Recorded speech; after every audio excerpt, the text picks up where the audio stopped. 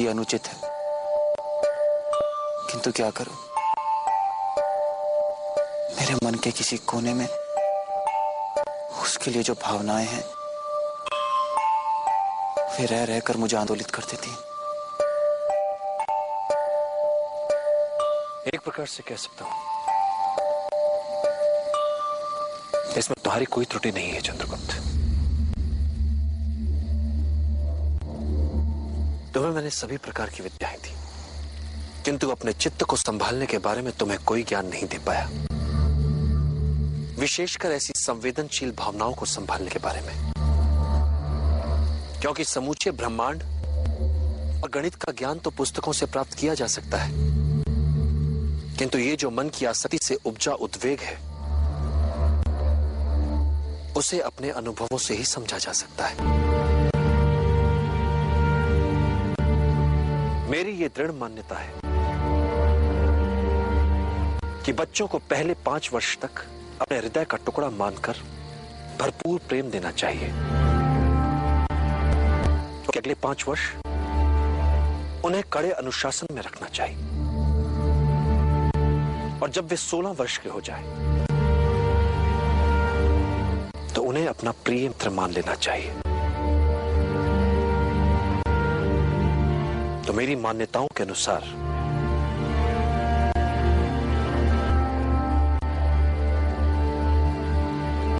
अब तुम मेरे प्रिय मित्र की तरह हो चंद्रगुप्त, और अब हृदय को समझने के लिए और उसे संतुलित रखने के लिए मैं अपने अनुभवों से तुम्हें विभिन्न मार्ग दिखा सकता हूं।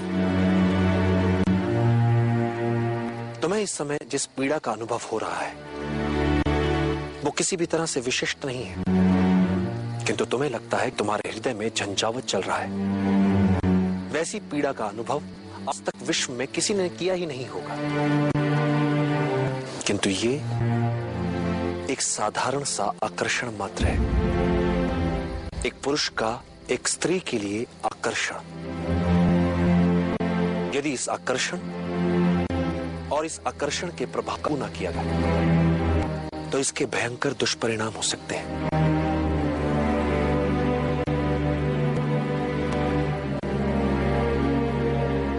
एक बात सदैव याद रखना चंद्रगुप्त, आत्मिक ज्ञान से बड़ा कोई आनंद नहीं, कामुकता से बड़ी कोई व्याधि नहीं, और शारीरिक आकर्षण से बड़ा कोई शत्रु नहीं। क्या आचार्य, एक स्त्री और पुरुष का मिलन कोई बुरी बात होती है? कदापि नहीं। एक साधारण व्यक्ति के लिए यह सामान्य होगा, किंतु जिन्हें महान बनना है, जिन्होंने अपने लिए एक महान लक्ष्य निर्धारित किया है, उनके लिए घातक होगा, आत्मघाती होगा।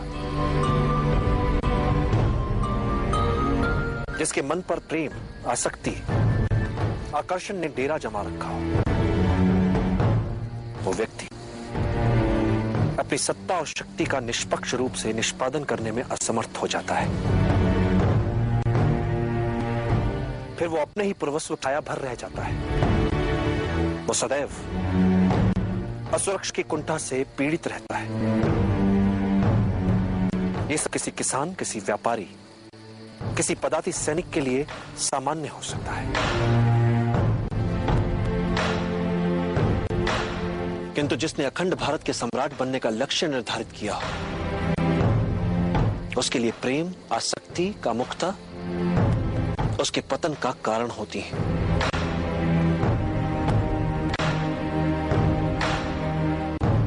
कभी कभी सोचता हूं आचार्य कि यदि इस लक्ष्य को पाने के लिए इतना भारी मूल्य ना चुकाना पड़ता तो। साधारण मूल्य चुकाकर यदि इतना बड़ा लक्ष्य मिल पाता तो कोई भी अखंड भारत का निर्माण कर लेता। फिर ना तो किसी चाणक्य की आवश्यकता होती और ना ही किसी चंद्रगुप्त की।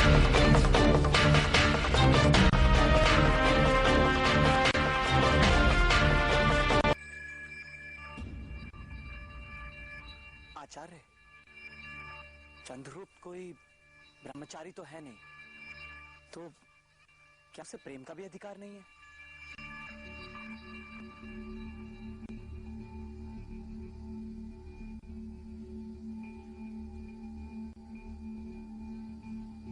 क्यों नहीं?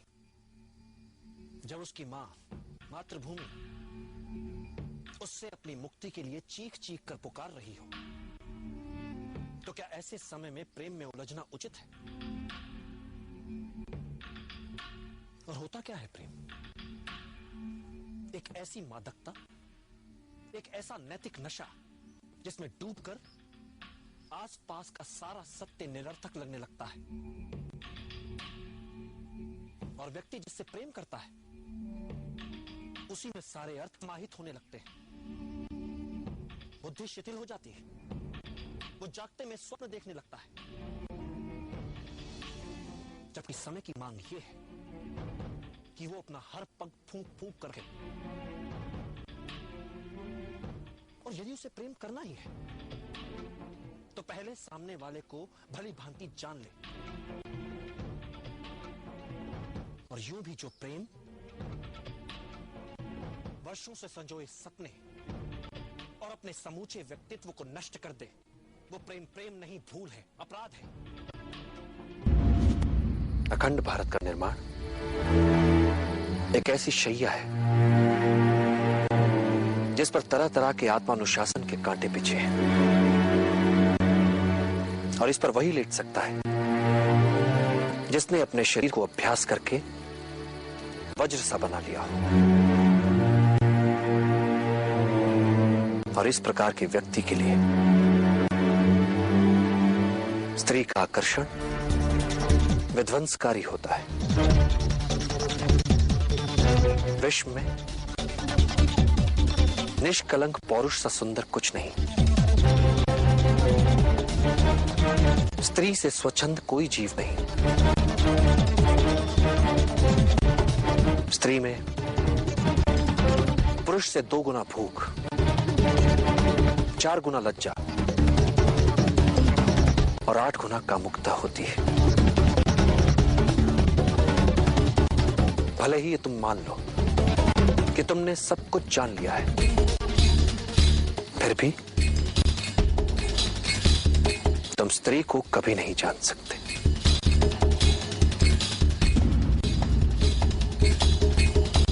किंतु इस समय तुम्हारे समक्ष पर यह होना चाहिए चंद्रगुप्त, अखंड भारत के हमारे लक्ष्य के अनुरूप क्या तुमने स्वयं को वज्र सा बना लिया है? और वज्र बाहर से ही नहीं, भीतर से भी बनना पड़ेगा। तुम अपने मन की आज्ञा के अनुसार न चलो, अपितु तुम्हारा मन तुम्हारी आज्ञा के अनुसार ले। ऐसा हो जाए तो ऐसे व्यक्ति को ही वज्र स्नायु वाला व्यक्ति माना जाता है, और इतने बड़े लक्ष्य के लिए इससे कम की अपेक्षा की है। तो चंद्रगुप्त, विगत दिनों के अनुभवों ने यदि तुम्हारे मन को उद्वेलित किया है, तो अपने मन को फिर से वश में करो और लक्ष्य पर अपना ध्यान केंद्रित करो।